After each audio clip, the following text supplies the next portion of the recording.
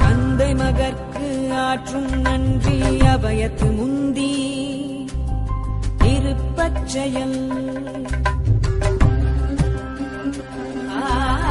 தந்தை மகற்கு ஆற்றும் நன்றி அபயத்து முந்தி இருப்பச்செயல் இருப்பச்செயல் மகன் தந்தைக்கு ஆற்றும் உதவி இவன் தந்தை என்னோற்றார்கள்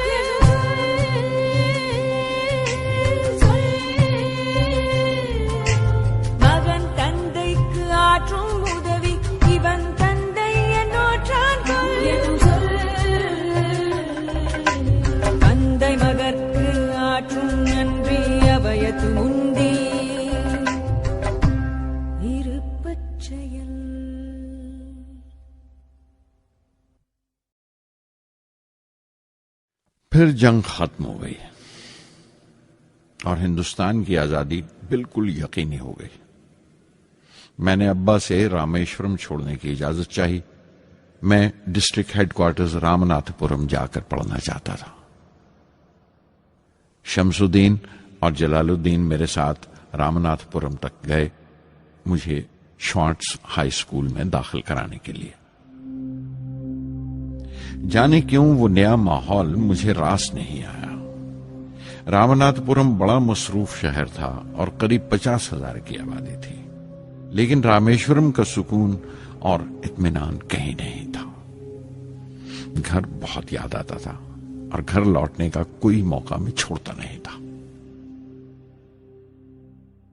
شوارٹز ہائی اسکول میں داخل ہونے کے بعد ایک 15 سالہ لڑکے کے تمام شوق جو ہو سکتے تھے میرے اندر جاگ اٹھے. میرے ٹیچر ایا دورائی سولومن بہترین رہبر تھے، گائیڈ اس نوجوان ذہن کے لیے جس کے سامنے زندگی کی بے شمار ممکنات کھلنے والی تھی.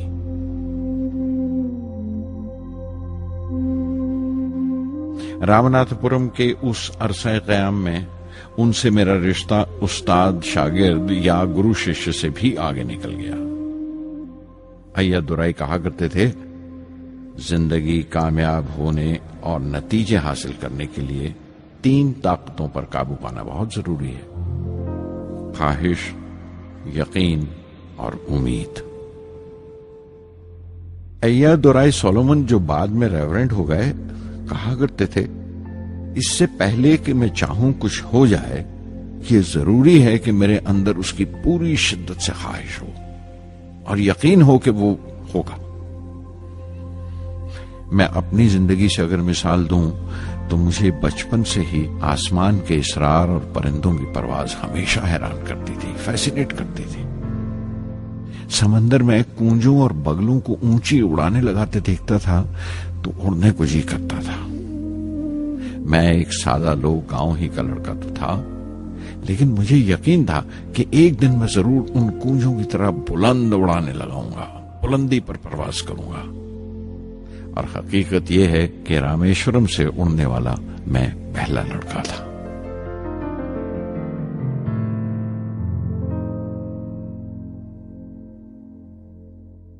شوارٹز اسکول میں تعلیم ختم کرتے کرتے میرے اندر خود اعتمادی بس چکی تھی اور مجھے یقین تھا کہ میں ضرور کامیابی حاصل کروں گا. میں تعلیم آگے جاری رکھوں گا، اس میں کوئی دوسرا خیال نہیں تھا. سن 1950 میں انٹرمیڈیٹ پڑھنے کے لیے سینٹ جوزف کالج ٹریچی میں داخل ہو گیا. جب بی ایس سی ڈگری کے لیے میں نے سینٹ جوزف کالج میں داخلہ لیا تو ہائر ایجوکیشن کے معنی صرف اتنے ہی جانتا تھا. یہ نہیں جانتا تھا کہ ہائر ایجوکیشن کے لیے کچھ اور بھی ہو سکتا ہے. نہ یہ جانتا تھا کہ سائنس پڑھ کے فیوچر کے لیے اور کیا موقع حاصل ہو سکتے ہیں. بی ایس سی پاس کرنے کے بعد ہی جان پایا کہ فزکس میرا سبجیکٹ نہیں تھا. اپنے خواب کو پورا کرنے کے لیے مجھے انجینئرنگ میں جانا چاہیے تھا. پتہ نہیں کیوں کچھ لوگوں کا ایسا خیال ہے کہ سائنس آدمی کو خدا سے منکر کر دیتی ہے، لیکن میرے لیے تو سائنس اعتماد، وشواس اور روحانی تسکین کی وجہ رہی ہے. کسی طرح میں MIT یعنی مدراس انسٹیٹیوٹ آف ٹیکنالوجی کے امیدواروں کی لسٹ میں تو آ گیا، لیکن اس کا داخلہ بہت مہنگا تھا. کم سے کم 1,000 روپے کی ضرورت تھی اور میرے ابا کے پاس اتنے روپے نہیں تھے. اس وقت میری اکا، میری آپا زہرا نے اپنے سونے کے کڑے اور چین بیچ کر میری فیس کا انتظام کیا. مجھ پر اس کی امید اور یقین دیکھ کر میں بسیج گیا.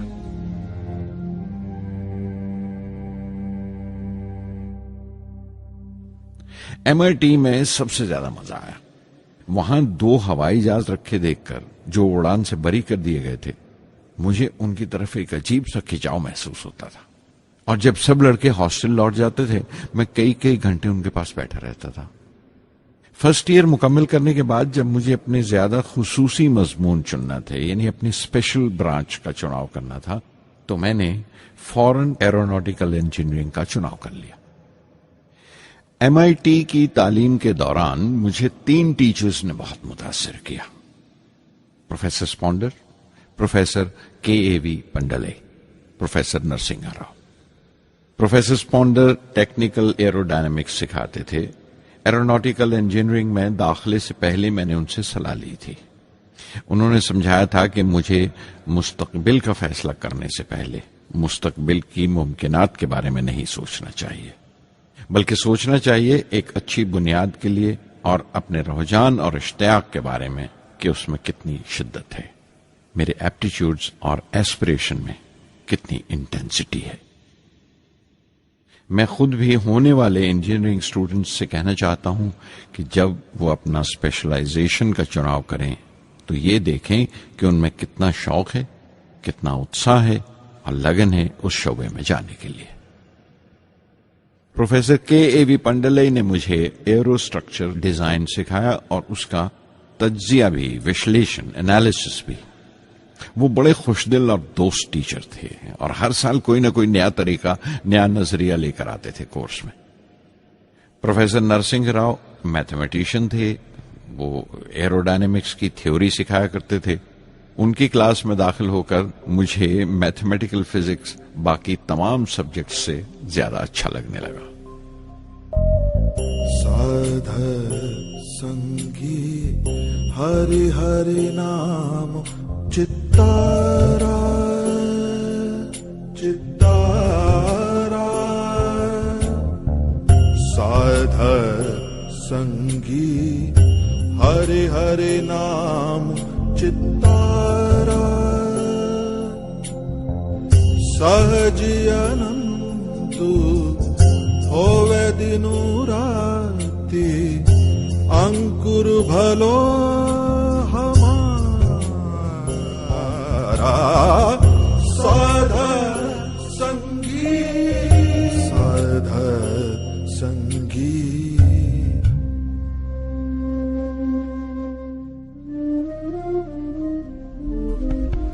گرو پورا بھیٹیو بڑ بھاگی، گرو پورا بھیٹیو بڑ بھاگی، جاکو انتو نہ پاراوارا، انتو نہ پاراوارا،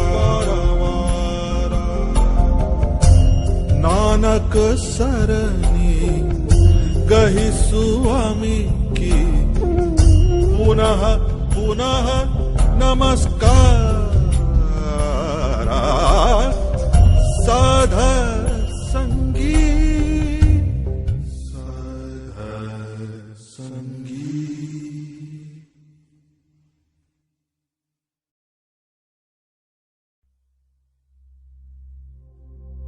MIT سے میں بنگلور کے ہندوستان ایروناٹکس لمیٹڈ HAL میں بطور ٹرینی داخل ہو گیا۔ HAL سے جب میں ایروناٹیکل انجینئرنگ گریجویٹ بن کر نکلا تو زندگی نے 2 موقع میرے سامنے کھڑے کر دیے اور دونوں میری پرواز کے دیرینہ خواب پورے کر سکتے تھے۔ ایک موقع تھا ایئر فورس کا، دوسرا منسٹری آف ڈیفنس میں directorate of technical development and production کا۔ میں نے دونوں میں عرضی بھیج دی اور بیک وقت دونوں سے انٹرویو کا بلاوا آ گیا۔ ایئر فورس کے لیے مجھے دہرادون بلایا گیا تھا اور ڈیفنس کے لیے دہلی۔ میرے دونوں مقام 2000 کلومیٹرز کے فاصلے پر تھے۔ یہ پہلا موقع تھا میرا اپنے وسیع اور وراٹ وطن کو دیکھنے کا۔ کھڑکی پر بیٹھا میں اس دیش کی سرزمین کو پاؤں تلے سے بہتا ہوا دیکھ رہا تھا۔ حیران تھا کہ اتر کی طرف سفر کرتے ہوئے ایک ہی ملک کا لینڈسکیپ کیسے بدلتا چلا جاتا ہے۔ میں 1 ہفتہ دہلی میں ٹھہرا، ڈیفنس منسٹری کا انٹرویو دیا۔ انٹرویو اچھا ہوا تھا۔ وہاں سے میں دہرادون گیا ایئر فورس سلیکشن بورڈ کے انٹرویو کے لیے۔ 25 امیدواروں میں 9ویں نمبر پر آیا۔ میرا دل بیٹھ گیا، بہت مایوس ہوا اور کئی دن تک افسوس رہا کہ ایئر فورس میں جانے کا موقع میرے ہاتھ سے نکل گیا. میں رشی کیش چلا گیا، دل پر یہ بوجھ لے کر کہ آنے والے دن بڑے سخت ہوں گے.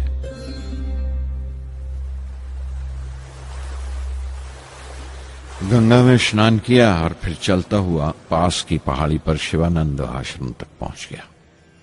سوامی شیوانند سے بھینٹ ہوئی. دیکھنے میں بالکل گوتم بدھ لگتے تھے، سفید دودھیا دھوتی اور پاؤں میں لکڑی کی کھڑاؤں. ان کی بچوں سی معصوم مسکان اور سادہ دلی دیکھ کر بہت پربھاوت ہوا. میں نے بتایا انہیں کیسے میں انڈین ایئر فورس میں بھرتی ہونے سے رہ گیا اور میری کتنی شدید خواہش تھی آسمانوں میں اڑنے کی، پرواز کرنے کی. وہ مسکرا دیے اور بولے، خواہش اگر دل و جان سے نکلی ہو، وہ پوتر ہو اور اس میں شدت ہو، تو اس میں کمال کی ایک الیکٹرو میگنیٹک انرجی ہوتی ہے، ایک برقی مقناطیسی طاقت ہوتی ہے.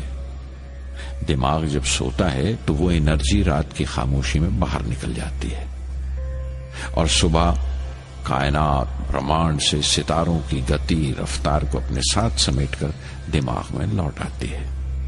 اسی لیے جو سوچا ہے اس کی سرشٹی اوشیہ ہے، وہ تخلیق ہوگا.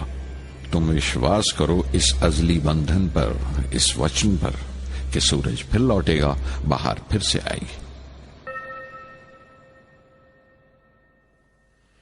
میں دہلی لوٹ آیا. ڈیفنس سے اپنا انٹرویو کا نتیجہ دریافت کیا. جواب میں مجھے اپوائنٹمنٹ لیٹر تھما دیا گیا اور اگلے دن سے سینئر سائنٹیفک اسسٹنٹ مقرر کر دیا گیا 250 روپے کی ماہانہ تنخواہ پر. 3 سال گزر گئے. انہی دنوں بنگلور میں ایروناٹیکل ڈیولپمنٹ اسٹیبلشمنٹ ADE کا ایک نیا محکمہ کھلا اور مجھے وہاں پوسٹ کر دیا گیا. بنگلور کانپور سے بالکل مختلف شہر تھا. میں اپنے ڈائریکٹوریٹ کی پوسٹنگ کا پہلا سال وہاں گزار چکا تھا. دراصل ہمارے دیش میں یہ ایک عجیب طریقہ ہے، ایک عجیب سا ڈھنگ ہے اپنے لوگوں کو حد درجہ تک نچوڑ لینے کا، جو ہمارے لوگوں کو انتہا پسند بنا دیتا ہے. شاید اس لیے کہ صدیوں اس دیش نے غیر ملکی تہذیبوں کے زخم بھی کھائے ہیں اور انہیں اپنے دامن میں جگہ بھی دی ہے. الگ الگ حکمرانوں سے وفا کرتے کرتے ہم اپنی حیثیت، اپنی یکتائی کھو بیٹھے ہیں. بلکہ ہم نے ایک اور ہی قسم کی خوبی پیدا کر لی ہے کہ ایک ہی وقت میں رحم دل بھی ہیں اور بے رحم بھی، حساس بھی ہیں اور بے حس بھی. جتنے گہرے ہیں اتنے ہی سطحی. اوپر سے دیکھو تو ہم بڑے خوش رنگ اور خوبرو نظر آتے ہیں، لیکن کوئی غور سے دیکھے تو اپنے حکمرانوں کی ایک بے ڈھب نقل سے زیادہ کچھ نہیں ہے. میں نے کانپور میں کلے میں دبائے ہوئے پان والے نواب واجد علی شاہ کے نقلچی بہت دیکھے ہیں، اور بنگلور میں فرنگیوں کے انداز میں کتے کی زنجیر تھامے ٹہلتے ہوئے صاحبوں کی کمی نہیں تھی. بنگلور میں رہ کر میں رامیشورن کی سکون اور گہرے شانت واتاورن کے لیے ترستا تھا.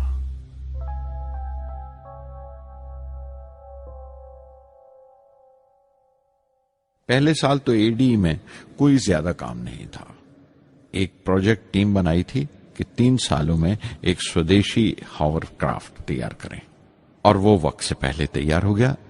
نندی اس کا نام رکھا گیا، شیو کی سواری کے آدھار پر. اس کا ڈیزائن ہماری امید سے زیادہ اچھا تھا، لیکن میں سخت مایوس ہوا جب آپسی کنٹروورسیز کی بنا پر سارا پروجیکٹ بالائے طاق رکھ دیا گیا، بند کر دیا گیا. Professor MGK Menon, Tata institute of fundamental research کے ڈائریکٹر، ایک روز اچانک ہی ہماری جانچ پڑتال کو آ پہنچے. نندی کا ذکر نکلا. مجھ سے پوچھ تاچھ کرتے ہوئے انہوں نے خواہش ظاہر کی ایک 10 منٹ کی اڑان کے لیے. اس کے 1 ہفتہ بعد کی بات ہے، مجھے انکوسپار سے بلاوا آ گیا، the Indian committee for space research. میں بمبئی چلا گیا راکٹ انجینئر کی پوسٹ کے لیے انٹرویو دینے. میرا انٹرویو لینے والے ڈاکٹر وکرم سارا بھائی اور پروفیسر MGK مینن کے علاوہ مسٹر سراف تھے، جو اس وقت ایٹمک انرجی کمیشن کے ڈپٹی سیکرٹری کے عہدے پر تھے. ڈاکٹر سارا بھائی کی گرم جوشی نے پہلی ہی ملاقات میں میرا دل موہ لیا۔ اگلے ہی دن مجھے خبر مل گئی کہ میں چن لیا گیا۔ مجھے انکوسپار میں راکٹ انجینئر کی حیثیت سے شامل کر لیا گیا تھا۔ سن 1962 کے دیرینہ حصے میں کہیں انکوسپار نے تھمبا میں ایکویٹوریل راکٹ لانچنگ سٹیشن بنانے کا فیصلہ کیا۔ تھمبا کیرلا میں تریویندرم سے پرے ایک دور دراز کے اونگتے سے گاؤں کا نام ہے۔ ہندوستان میں یہ ماڈرن راکٹ بیسڈ ریسرچ کی ایک دبی سی ابتدا تھی، ہلکی سی شروعات۔ اس کے فوراً بعد ہی مجھے 6 ماہ کے لیے امریکہ بھیج دیا گیا، ناسا میں راکٹ لانچنگ کی ٹریننگ کے لیے۔ جانے سے پہلے میں تھوڑا سا وقت نکال کر رامیشورم گیا۔ میرے ابا میری اس کامیابی کے لیے بہت خوش ہوئے اور مجھے اسی مسجد میں لے جا کر شکرانے کی نماز ادا کی۔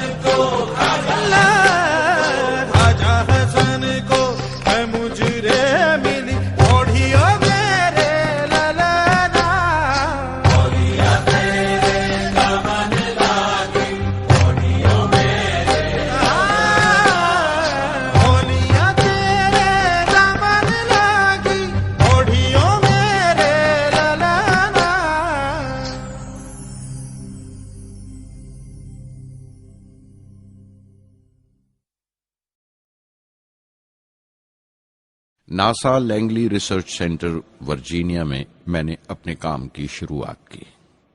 بعد میں گودارڈ اسپیس فلائٹ سینٹر میری لینڈ چلا گیا۔ میں اپنا امپریشنز امریکنز کے بارے میں بینجامن فرینکلن کے اس جملے سے بیان کر سکتا ہوں: جن باتوں سے تکلیف ہوتی ہے ان سے تعلیم بھی ملتی ہے۔ ہندوستانی تنظیموں میں، یہاں کی آرگنائزیشنز میں ایک بڑی مشکل ہے۔ جو اوپر ہیں وہ بڑے مغرور ہیں، اپنے سے چھوٹوں کی، جونیئرز اور سب آرڈینیٹس کی رائے لینا اپنی حد تک سمجھتے ہیں۔ کوئی شخص بھی اپنی خوبی دکھا نہیں سکتا اگر آپ اسے ملامت ہی کرتے رہیں۔ اصول اور پابندی، پابندی اور سختی، سختی اور ظلم کے بیچ کی لائن بڑی مہین ہے، باریک ہے، اس کی پہچان بہت ضروری ہے۔ میں جیسے ہی ناسا سے لوٹا، فوراً بعد ہندوستان کا پہلا راکٹ لانچ واقع ہوا، 21 نومبر سن 1963۔ وہ ساؤنڈنگ راکٹ تھا، نام نائکی اپیچی۔ نائکی اپیچی کی کامیابی کے بعد پروفیسر سارا بھائی نے اپنی آرزو، اپنے ایک خواب کا اظہار کیا، ایک Indian satellite launch vehicle ISLV کا سپنا۔ ہندوستانی راکٹ کا خواب 20ویں صدی میں ایک طرح سے 18ویں صدی کا خواب بھی کہلا سکتا ہے، جو ٹیپو سلطان نے دیکھا تھا۔ ٹیپو سلطان کی فوج میں 27 بریگیڈ تھے جو خشون کہلاتے تھے، اور ہر ایک بریگیڈ میں ایک دستہ تھا راکٹ مین کا جو ساتھ رہا کرتا تھا اور جرکس کہلاتا تھا۔ جب ٹیپو سلطان مارا گیا تو انگریزوں نے 700 راکٹس اور 900 راکٹ کے سب سسٹمز برآمد کیے 1799 میں تیروکناہلی کی جنگ کے بعد۔ وہ راکٹس ولیم کانگریو نے انگلینڈ بھیجوا دیے جانچ پڑتال کے لیے، اس کی تکنیک سمجھنے کے لیے، جسے آج کی سائنسی زبان میں ہم ریورس انجینئرنگ کہتے ہیں۔ ٹیپو سلطان کی موت کے ساتھ اس خواب کی بھی موت ہو گئی، کم سے کم 150 سال کے لیے۔ پنڈت جواہر لال نہرو کی بدولت وہ راکٹری کا خواب ایک بار پھر ہندوستان میں زندہ ہوا۔ پروفیسر سارا بھائی نے اس خواب کو حقیقت بنانے کی ذمہ داری اپنے سر لے لی۔ بہت سے تنگ نظر لوگوں کو اعتراض تھا اس بات پر کہ اس ملک میں جہاں لوگوں کو 2 وقت کی روٹی نصیب نہیں ہوتی وہاں ان اسپیس اڑانوں کو، ان خلائی تحریکوں کو کیوں ترجیح دی جا رہی ہے۔ لیکن پردھان منتری پنڈت نہرو اور پروفیسر سارا بھائی کے نظریے میں کسی قسم کا مبالغہ نہیں تھا۔ ان کے نظریے بالکل صاف تھے کہ اگر دنیا کے ملکوں میں اور دنیا کے مسئلوں میں کوئی حصہ لینا ہے، شرکت کرنی ہے، ہندوستان کو کوئی حیثیت حاصل کرنی ہے تو سائنس اور ٹیکنالوجی کی ترقی اور خود مختاری، سیلف ریلائنس اشد ضروری ہے، اور ان کا مقصد طاقت کا مظاہرہ ہرگز نہیں تھا۔ سہج پکے سو میٹھا ہوئے۔ تھمبا میں 2 راکٹ سہج پکے مگر کامیاب ہوئے، ایک روہنی، دوسرا مینیکا۔ اگلا سال لگا ہی تھا جب پروفیسر سارا بھائی نے مجھے دہلی بلا بھیجا۔ ایک میٹنگ تھی اور میٹنگ میں group captain V S Narayanan سے میرا تعارف کرایا گیا جو ایئر ہیڈ کوارٹرز سے تھے۔ پروفیسر سارا بھائی نے ریٹو تیار کرنے کا ارادہ ظاہر کیا، rocket assisted take of system, ایک ملٹری ایئر کرافٹ جو راکٹ کی مدد سے اڑایا جا سکے بڑی چھوٹی سی جگہ میں۔ شام تک یہ خبر بھی عام ہو گئی کہ ہندوستان ایک خود ساختہ ملٹری ایئر کرافٹ تیار کر رہا ہے اور میں اس پروجیکٹ کا مختار ہوں، ذمہ دار ہوں۔ میں کئی طرح کے جذبات سے بھر گیا، خوش بھی تھا، شکر گزار بھی، خوش قسمت بھی، اور ایک احساس ہوا تکمیل کا، فلفلمنٹ کا۔ 19ویں صدی کے ایک شاعر کی یہ سطریں بہت یاد آئیں، ہر دن کے لیے تیار رہو، ہر دن کو ایک طرح ہی ملو، جب اوکھلی ہو برداشت کرو، جب دستہ ہو تو وار کرو۔ ریٹو پہ کام کرتے ہوئے 2 اہم واقعات ہوئے۔ پہلا تو یہ تھا کہ اپنے دیش میں پہلی بار اسپیس ریسرچ کا 10 سالہ پروگرام تیار ہوا جس کے آتھر تھے پروفیسر سارا بھائی۔ میرے لیے وہ ایک ایسا رومانی مینیفیسٹو تھا جیسے اسپیس سے عشق کرنے والے کسی شاعر کی رومانی نظم ہو، جیسے کوئی اپنے دیش کے آسمان سے عشق کرنے لگا ہو۔ اور دوسرا واقعہ منسٹری آف ڈیفنس میں میسائل پینل کا تیار ہونا۔ نارائنن اور میں، ہم دونوں اس پینل کے ممبر تھے۔ اس وقت تک بھوش کی آنے والی SLV سیٹلائٹ لانچ وہیکل کا ناک نقشہ بھی تیار ہو چکا تھا۔ پروفیسر سارا بھائی اپنے دیرینہ خواب کو تعبیر دینے کے لیے کچھ اور ساتھیوں کا چناؤ کر چکے تھے۔ میں خود کو خوش قسمت سمجھتا ہوں کہ مجھے اس پروجیکٹ کا لیڈر چنا گیا۔ اس پر پروفیسر سارا بھائی نے مجھے ایک اور ذمہ داری بھی سونپی کہ لانچ کی 4تھی سٹیج میں ہی ڈیزائن کروں۔ یہ معمول تھا، میرا عادت تھی کہ ہر میسائل پینل کی میٹنگ کے بعد میں جا کر پروفیسر سارا بھائی کو پوری تفصیل، پوری رپورٹ دیتا تھا۔ دہلی میں ایسی ہی ایک میٹنگ کے بعد 23 دسمبر 1971 کو میں تریویندرم لوٹ رہا تھا، اور اس دن پروفیسر سارا بھائی تھمبا میں SLV کا معائنہ کرنے گئے ہوئے تھے۔ دہلی ایئرپورٹ کے لاؤنج سے میں نے انہیں فون کیا، پینل میٹنگ کی تفصیل بتائی۔ پروفیسر سارا بھائی نے مجھے کہا کہ میں تریویندرم ایئرپورٹ پر ان کا انتظار کروں۔ میں جب تریویندرم پہنچا تو فضا میں ایک ماتم بچھا ہوا تھا۔ مجھے خبر دی گئی کہ پروفیسر سارا بھائی نہیں رہے۔ چند گھنٹے پہلے دل کا دورہ پڑنے سے ان کا انتقال ہو گیا۔ میں تھرا کے رہ گیا۔ چند گھنٹے پہلے ہی تو میں نے ان سے بات کی تھی، میرے لیے وہ بہت بڑا صدمہ تھا۔ پروفیسر سارا بھائی میری نظر میں انڈین سائنس کے راشٹر پتا ہیں، جیسے راشٹر کے پتا مہاتما گاندھی ہیں۔ انہوں نے اپنی ٹیم سے رہنما پیدا کیے اور خود اپنے عمل سے ان کے لیے مثال ثابت ہوئے۔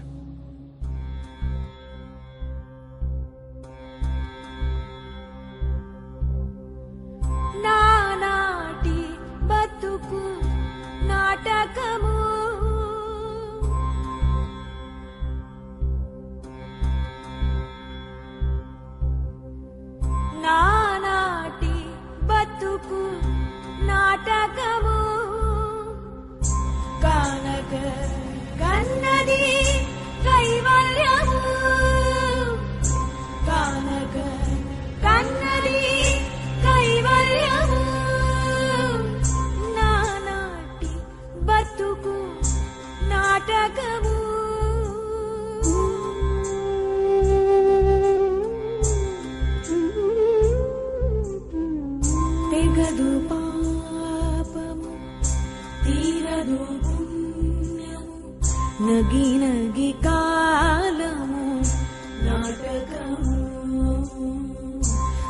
తీరదు పాపము తీరదు పుణ్యము నగి నగి కాలము నాటకము యగువన శ్రీ వెంకటేశ్వరుడేలిగే యగువన శ్రీ వెంకటేశ్వరుడేలిగే గగనము నీతిది కైవల్యము గగనము నీతిది కైవల్యము